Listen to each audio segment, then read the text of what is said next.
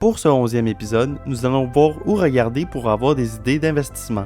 De nombreuses ressources sont disponibles pour les investisseurs et vous allez voir que la lecture est probablement l'élément le plus important pour la réussite en bourse. Ici Jonathan Brunette et bienvenue à La Vraie Valeur.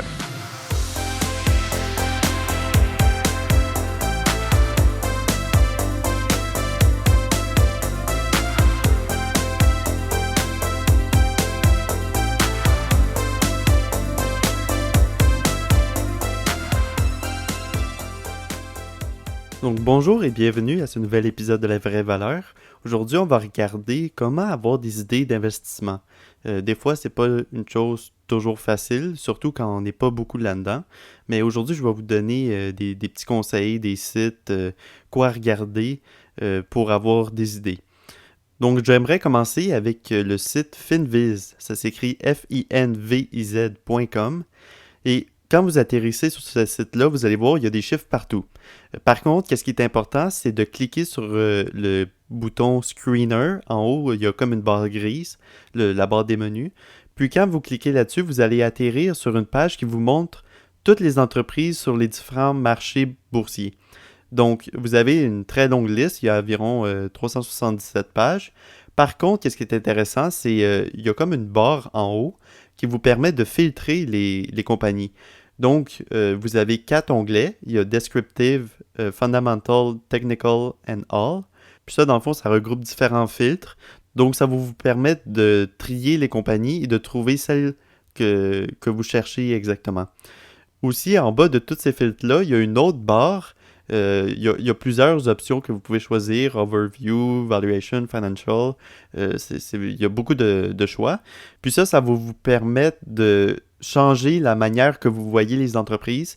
Donc, au lieu de voir un survol, donc le symbole, le nom, le secteur, l'industrie, le pays, la capitalisation boursière, le PE ratio, le prix, le taux de change de la journée, la variation journalière et le volume, mais vous allez pouvoir changer toutes ces données-là. Vous pouvez même faire un tableau custom, donc vous choisissez ce qui apparaît. Donc, ça va vous permettre d'encore mieux regarder les entreprises d'un survol rapide. Parce que là, sur ce site-là, il y a beaucoup d'entreprises. Puis l'important, c'est de ne pas perdre trop de temps sur chacune et d'avoir une bonne idée générale. Ensuite de ça, vous pourrez investiguer plus sur une entreprise qui semble intéressante. Donc, par exemple, moi, qu'est-ce que j'aime mettre comme filtre? C'est de choisir le pays. Donc, je vais généralement choisir les États-Unis ou le Canada, puis de mettre une capitalisation boursière minimum. Donc, je choisis les petites entreprises, donc ça s'appelle Small Plus. Donc, c'est les entreprises qui ont au moins 300 millions en capitalisation boursière. Aussi, des fois, j'aime bien mettre un ratio cours-bénéfice minimum. Donc, ça va permettre d'exclure les compagnies qui m'intéressent moins. Par exemple, les compagnies plus cycliques. Mais ça, il faut faire très attention quand on met un ratio cours-bénéfice parce qu'il y a des entreprises que vous allez voir qui n'ont pas de ratio cours-bénéfice. Et ça ne veut pas dire que c'est une mauvaise compagnie. Un bon exemple que je pourrais vous donner, c'est Spotify qui n'a pas de ratio puisqu'elle ne fait pas encore de bénéfices. Donc, c'est quelque chose à considérer, à garder en tête quand vous mettez un filtre comme ça ou simplement quand vous regardez la liste. Même s'il n'y a pas de ratio cours-bénéfice, c'est pas grave, mais assurez-vous que l'entreprise reste est bonne. Qu'est-ce qui peut être intéressant aussi à faire, c'est de regarder la colonne Change. Donc ça montre en fait la variation de l'entreprise dans la journée. Puis, qu'est-ce qui est super intéressant, c'est de cliquer sur Change, puis ça va classer toutes les entreprises de la plus grosse variation aux plus petites ou le contraire.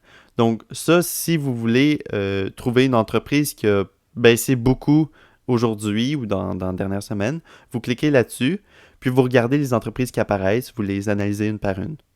Donc, comme je vous dis, dans ce site-là, c'est important de ne pas perdre trop de temps. Par contre, c'est quand même bien de regarder chacune des entreprises qui s'offrent à vous, parce qu'on ne sait jamais qu'est-ce que vous pourriez trouver. En cliquant sur une des entreprises, vous allez atterrir sur sa page à elle. Donc, vous allez voir un graphique, différentes données et les nouvelles. Donc, c'est vraiment intéressant pour avoir un survol très rapide. Vous avez plusieurs données, puis les nouvelles vont vous permettre de voir s'ils ont eu des bons résultats, des moins bons résultats, s'il y a eu un changement dans la gouvernance. En fait, quand il y a un changement dans la gouvernance, c'est peut-être bon. Si l'entreprise allait pas bien, puis là, c'est un nouveau CEO, peut-être qu'il va changer la direction de l'entreprise. Donc, c'est quelque chose d'intéressant à regarder. Puis, si vous regardez, c'est un tableau de données avec beaucoup de données. Puis, en haut à droite du tableau, vous allez voir en petit Statements. Puis, si vous appuyez là-dessus, vous allez voir des résultats sur 5 ans de l'entreprise. Donc, ça, encore une fois, ça donne un survol très rapide. Ça va vous permettre de voir si au moins l'entreprise vaut la peine d'être analysée plus en profondeur. Parce que là, c'est simplement une analyse quantitative, mais c'est important de faire une analyse qualitative aussi. Donc, c'était ça pour le site de Finviz. C'est super intéressant, je vous invite à aller voir ça. Sinon, en deuxième, on va parler des nouvelles et des services. Donc, en premier, qu'est-ce que je vous conseille, c'est d'aller voir sur le site de CNBC. Il y a beaucoup de nouvelles quotidiennes là-dessus qui sont super intéressantes. Il y a aussi la télévision de CNBC. Comme j'ai dit dans un des podcasts, c'est important de mettre CNBC en mute puis de seulement regarder les nouvelles qui vous intéressent pour ne pas être trop affecté par le mouvement quotidien des actions. Il y a aussi The Wall Street Journal, qui est un journal réputé pour les investisseurs.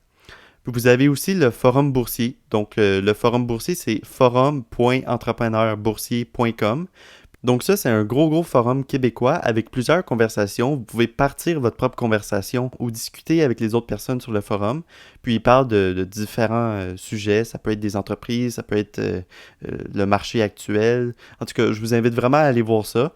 Puis d'échanger avec les gens. Comme ça va vous permettre d'approfondir certains sujets et peut-être de découvrir des nouvelles idées ou des nouvelles entreprises comme ça. Je vous conseille aussi d'écouter des podcasts, bien sûr. Il y a de nombreux podcasts en français ou en anglais financiers. Il y en a qui sont spécialisés dans les nouvelles. Il y en a d'autres qui parlent des sujets plus généraux. Donc, c'est vraiment quelque chose, une source d'information intéressante. J'utilise aussi l'application Seeking Alpha qui vous permet de mettre plein de titres en portefeuille. Puis, vous allez voir le cours pendant la journée de ces titres-là. Vous allez aussi avoir des nouvelles, plus spécialement des analyses et des opinions de différentes personnes.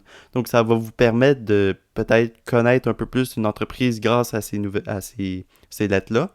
Donc, c'est toujours bon de considérer le pour et le contre d'une entreprise. Et Seeking Alpha, ils ont beaucoup d'auteurs qui vont vous permettre de peut-être mieux connaître certaines entreprises. Et finalement, il y a Yahoo Finance. Ça, c'est très intéressant aussi pour garder une vue sur son portefeuille, pour avoir des nouvelles. Et qu'est-ce que je trouve le fun avec l'application, c'est qu'on peut voir l'annonce des bénéfices pour cette semaine ou pour le mois. Donc, c'est un calendrier avec les différentes dates que les entreprises vont annoncer. Donc, ça va vous permettre de garder un œil sur certaines entreprises qui vont annoncer bientôt. Donc, avec tout ce que je viens de dire, ça doit être évident que c'est important de lire beaucoup. Par exemple, Warren Buffett, lui, il lit de 5 à 6 heures par jour. Il lit différents journaux, des nouvelles. Puis c'est comme ça, en fait, qu'on va être au courant de tout. Puis, plus que vous lisez, plus que vous allez apprendre, premièrement, et vous allez, deuxièmement, voir des nouvelles entreprises. Il y a des articles qui vont parler de différentes entreprises, puis là, quand vous en voyez une qui semble intéressante, vous l'analysez plus en profondeur. Donc, c'est vraiment en lisant beaucoup, en écoutant des podcasts, qu'on va être plus au courant du marché et des nouvelles compagnies qui rentrent en bourse. Et ça peut être aussi à propos de la politique, des événements socio-culturels qui surviennent et qui affectent la bourse. Et finalement, j'aimerais parler de regarder autour de soi. Ça, c'est un concept qui a surtout été amené par Peter Lynch. Dans le fond, c'est d'investir dans ce qu'on connaît. Qu'est-ce qui peut être bon? C'est de seulement regarder les objets, les magasins qui vous entourent, d'écouter peut-être du bouche à l'oreille, puis de considérer ces entreprises-là, puis ensuite les analyser. Pour vous donner un exemple, disons que j'atterris en 2020 et je connais rien à la technologie. Là, je marche dans la rue et je vois tout le monde autour de moi se promener avec un objet rectangulaire qui appuie avec leurs doigts dessus. Donc, je commence à parler de ça au monde, je fais mes recherches un peu, je découvre que c'est un téléphone, qu'on peut faire plusieurs choses avec. Là, je me dis, il y a peut-être des entreprises intéressantes qui construisent des téléphones. Donc, je me remets à regarder les constructeurs de téléphones. Je me rends compte qu'il y a principalement 2 écosystèmes.